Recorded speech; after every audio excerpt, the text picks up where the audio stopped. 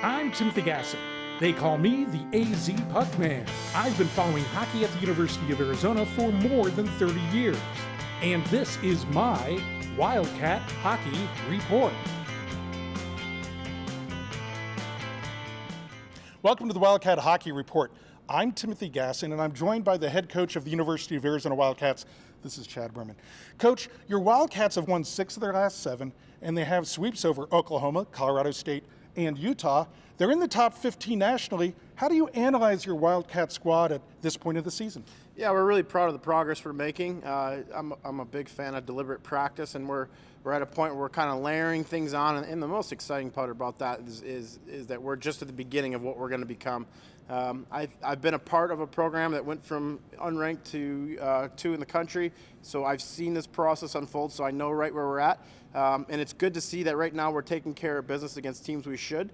Anytime you go on the road, you want to get that first game so that you give yourself an opportunity to get greedy and go for the sweep, and so far so good. And I think it's a great sign of killer instinct that we're able to finish off teams when we have them on the ropes. Well, you've talked a lot about how you have a very young team, 15 newcomers on this team, but you're playing very well on the road. Can you talk about how difficult it is for a college hockey team, especially a young college hockey team, to go on the road and play as well as your Wildcats are? Yeah, anytime you go into a visiting building, everybody's a little better at home. It seems like they've got their home accommodations, their comfort zone, their routine. And, you know, we're coming in off of a flight and doing things different. I certainly like being able to control their meals and what time we eat and that kind of stuff. And we can do more film on the road, and that's all good. But it's important for a young team to learn how to win on the road. You have to be successful on the road if you want to climb into that top 10 picture. And so far we've had quite a bit of a success, and there's some learning curve along the way. But I think it's a testament to the build and character, particularly the younger classmen.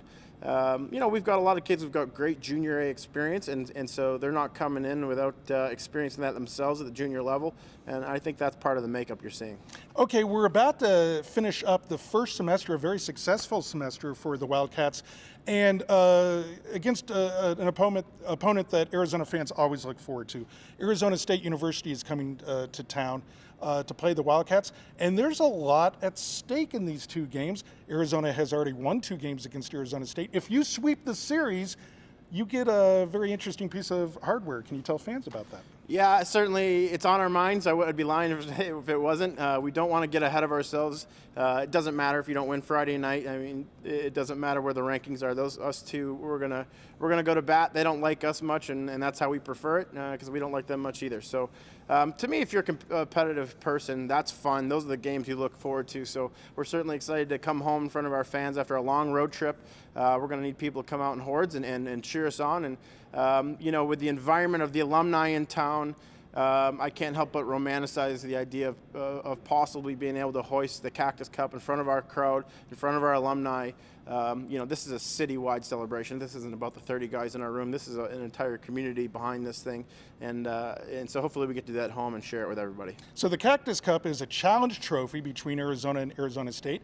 It goes to the winner of the season series between the 2 teams. Arizona has played so well against ASU that they could wrap up and actually win that trophy if they swept both of these games. And as you mentioned the Arizona alumni, because this is a very important weekend for Arizona alumni. We're going to retire the first jersey in University of Arizona hockey history for an incredible player who played for Arizona back from my era, way back when, Kelly Walker. Can you talk about how important this will be to the University of Arizona hockey program to retire Kelly Walker's number? Yeah, this was a no-brainer. I mean, Kelly's statistics are off the chart. There's nobody who's even touching what he's done. An incredible career. This is a great opportunity for us to take a little piece of the past and add it to the present.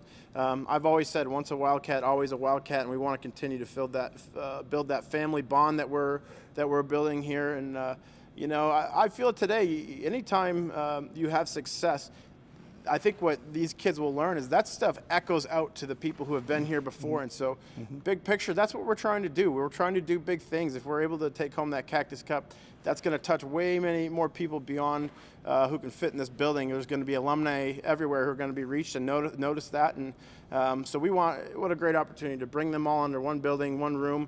And like I said, bring a little bit of the past into the present. Welcome back to the Wildcat Hockey Report. I'm with number 16, Tyler Griffith, a senior on this Wildcat squad. And Tyler, I always like to ask seniors, What was it like when you were a freshman playing hockey? What's different for you? What's your kind of frame of mind as you enter into your the rest of your senior season? Absolutely. Freshman year was 4 years ago for me, so it was a long time ago. A lot of growing, a lot of learning how to win, how to form yourself and find the position you find on the team and play your role the way you should be playing it. So it's been great. It's been amazing since being here at the U of A. To finish my senior year here, in front of all these fans in such a great city with an unbelievable team and a good coaching staff you couldn't ask for more. Now, what did you learn over these years playing college hockey that you're most surprised about? Like when you were a freshman starting to play college hockey, maybe you had ideas of how things were going to go. But now, as the old man, one of the old men on the squad, a whole senior and everything, yes. How do you look at those freshmen on the squad now? Do you see yourself in them? Yeah, absolutely. You look at them when you were back at that time, and you want to help them out in any way you can, and show them the ropes and show them the way of how to get to a senior spot where you can be a leader and help the other guys when they come in during their class. So let's talk about your hockey background. You're from Edmonton, Alberta, which is a great hockey city, of course, known for the Edmonton Oilers. So have you had any encounters, any chance meetings with any of the famous Edmonton Oilers greats of the past? Yeah, Edmonton is always home for me, and I have a lot of relationships still there.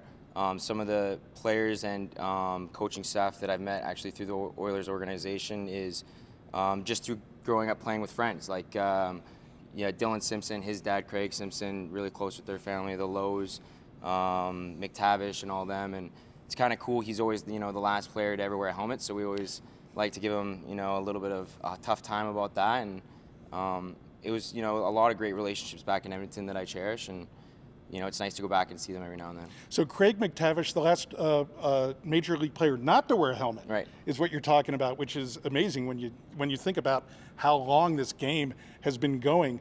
Mm-hmm. Talk a little bit about, to Arizona fans, what it's like to live in Edmonton, Alberta. I don't think Arizona fans can even fathom the kind of cold that Edmonton, Alberta has in the winter. Can you kind of compare and contrast Tucson to Edmonton? Yeah, it's night and day. Edmonton is, you get -40 with wind chill, and that's Celsius, so it gets very, very cold. It's a lot warmer and a lot nicer to be, daily life here.